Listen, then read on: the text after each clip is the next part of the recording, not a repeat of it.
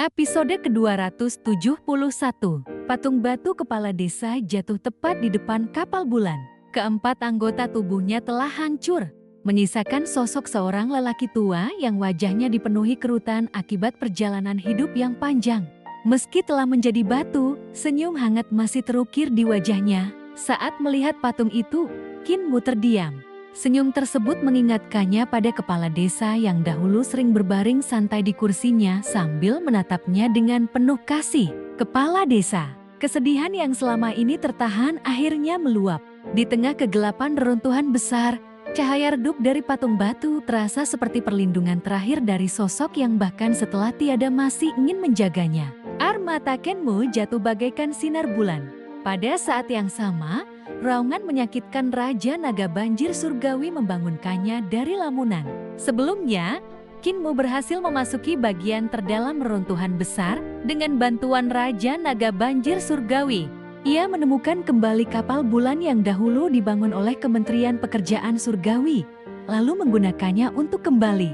Dalam perjalanan, ia bertemu 3 dewa dari surga tinggi yang sedang menuju wilayah perdamaian abadi. Ketiga dewa itu berjalan melalui daratan dengan cahaya ilahi yang sengaja disembunyikan agar tidak menarik perhatian makhluk-makhluk kegelapan.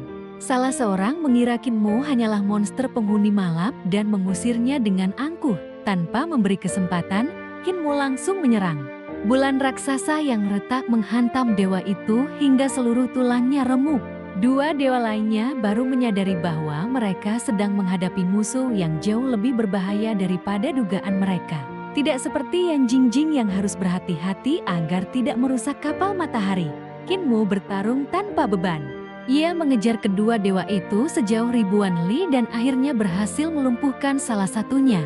Namun pertarungan berlangsung sangat lama karena kapal bulan telah rusak parah. Bulan raksasa yang menjadi sumber kekuatannya telah retak sejak lama. Bahkan 2 rantai penyangganya akhirnya putus akibat benturan terus-menerus. Saat itulah patung batu kepala desa jatuh dari langit. Pemandangan itu mengguncang hati Qin Mu. Kesedihan yang mendalam membuat pikirannya kosong sesaat. Kesempatan itu dimanfaatkan dewa terakhir. Ia menyerang Raja Naga Banjir Surgawi hingga terluka parah. Qin Mu membuka mata. Perlahan ia mengulurkan tangan, seolah ingin menyentuh patung batu kepala desa. Namun tangannya hanya melewati sisi patung itu. Tiba-tiba ia menggenggam salah satu rantai kapal bulan. Dengan gerakan penuh amarah, rantai itu melesat menembus kegelapan, melilit tubuh dewa surga tinggi dengan erat, tanpa mengucapkan sepatah kata pun. Qin Mu mengangkat bulan raksasa yang retak lalu menghantamkannya ke tubuh dewa tersebut. Raja Naga Banjir Surgawi terkejut. Ia buru-buru menghindar, tetapi tubuhnya tetap tersapu sebagian bulan hingga sisik-sisiknya terkelupas. Rasa sakit yang luar biasa membuat air matanya mengalir. Ledakan dahsyat mengguncang bumi. Bulan retak itu menghantam dewa surga tinggi berkali-kali. Gunung-gunung berguncang. Sementara monster-monster yang bersembunyi dalam kegelapan melarikan diri. Ketakutan, Qin Mu terus mengayunkannya tanpa henti. Sekali, 2 kali, puluhan kali. Setiap hantaman menghancurkan sebagian bulan hingga bongkahan-bongkahannya beterbangan ke segala arah. Dewa yang sebelumnya berhasil lolos hanya bisa memandang dengan ngeri. Luka di tubuhnya belum pulih, tetapi ia memaksakan diri melarikan diri secepat mungkin. Anak itu sudah gila. Aku hanya menjalankan perintah, tidak perlu mempertaruhkan nyawaku. Ia terus berlari tanpa pernah menoleh. Tak lama kemudian terdengar suara retakan besar. Bulan raksasa akhirnya hancur sepenuhnya. Seluruh kekuatan Qin Mu pun menghilang seketika. Tanpa kapal bulan, ia kembali menjadi praktisi alam 6 arah biasa. Seandainya dewa yang melarikan diri itu berani menoleh, ia bisa membunuh Qin Mu hanya dengan 1 serangan. Namun rasa takut telah menguasainya sehingga ia terus kabur tanpa menyadari keadaan sebenarnya. Qin Mu terduduk lemah di atas kapal bulan yang kini telah menjadi bangkai. Naga Kilin dan para naga banjir memandangnya dengan ketakutan. Mereka belum pernah melihat seseorang bertarung sekejam itu. Rantai-rantai besar masih menggantung di kapal. Tetapi cahaya bulan yang dahulu menyelimutinya telah benar-benar lenyap. Kegelapan kembali menelan daerah itu. Meski demikian, tidak satupun monster berani mendekat. Tatapan Qin Mo tertuju pada patung batu kepala desa yang masih tersenyum tenang. "Kakek, kau masih hidup, bukan?" Ia memaksa dirinya berdiri lalu berseru kepada Raja Naga Banjir Surgawi, "Angkat patung itu." Meski tubuhnya dipenuhi luka, Raja Naga Banjir Surgawi tetap menurut. Namun begitu mencoba mengangkat patung tersebut, ia segera meletakkannya kembali.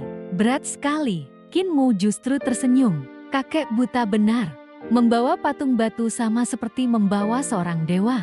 Berarti kau benar-benar belum lenyap." Ia menatap patung itu dengan mata berkaca-kaca. "Seperti patung-patung lain di reruntuhan besar, kau hanya berada di dunia yang berbeda.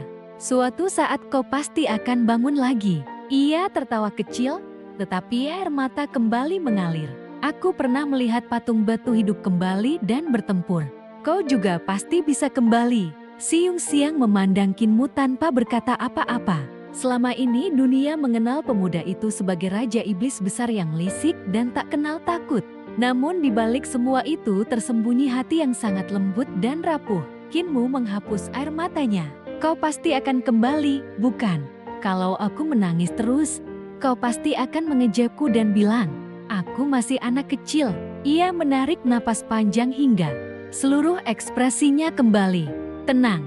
"Ayo, semua kesedihan disembunyikannya. Kita kejar dewa yang melarikan diri itu.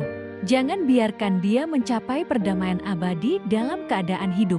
Raja Naga Banjir Surgawi segera membawa mereka mengejar jejak musuh. Sebelum pergi, Qin Mo menoleh sekali lagi. Patung batu kepala desa perlahan menghilang di telan kegelapan. Ia menghafalkan tempat itu dalam ingatannya. "Kemanapun jiwamu pergi, aku akan menemukanmu. Kau adalah keluargaku. Bahkan jika kaum bumi menahanmu di dunia orang mati, aku akan datang merebutmu kembali." Raja Naga Banjir Surgawi berkata pelan, "Yang mulia, luka-lukaku cukup parah. Jika kita berhasil menyusul dewa itu sekarang, mungkin kita tidak sanggup mengalahkannya." Qin Mo menjawab dengan tenang, "Aku akan membuat pil untuk menyembuhkanmu.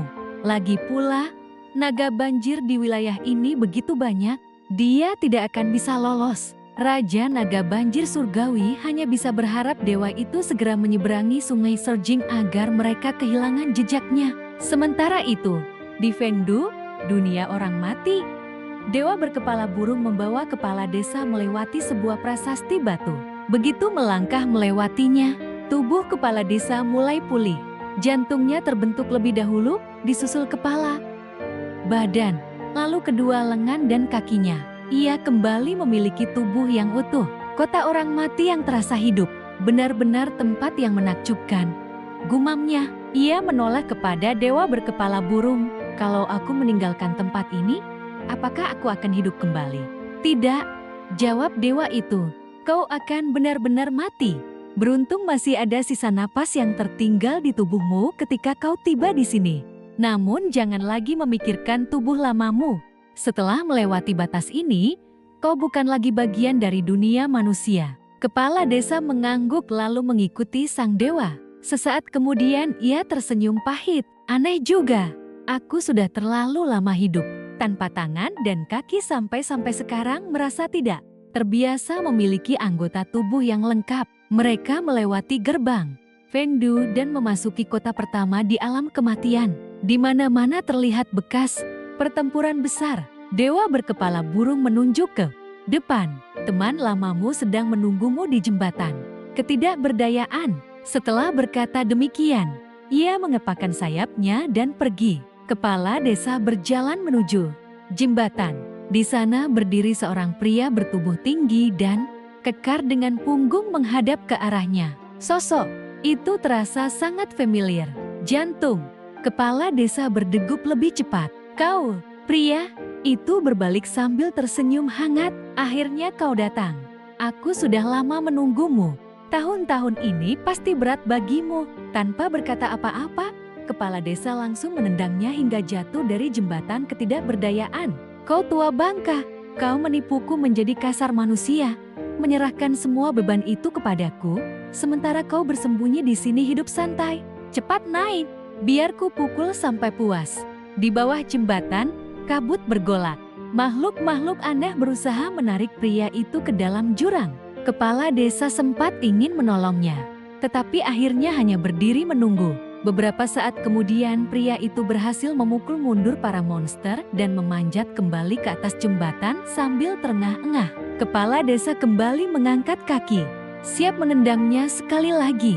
Pria itu buru-buru mengangkat kedua tangan. Berhenti, aku benar-benar sudah mati. Kalau tidak, mana mungkin aku menyerahkan segel kaisar manusia kepadamu. Tubuhku sudah lama menjadi tanah di depan olah kaisar manusia. Kalau tidak percaya, gali saja kuburanku. Kepala desa menatapnya penuh curiga. Kali ini kau benar-benar tidak sedang membohongiku. Pria itu tertawa kecil. Untuk apa aku berbohong? Semua orang yang datang ke tempat ini pada akhirnya memang sudah mati. Ia kemudian menepuk bahu kepala desa. Eyo, aku akan membawamu menemui kakekmu. Beliau tiba di sini jauh lebih dulu daripada kita.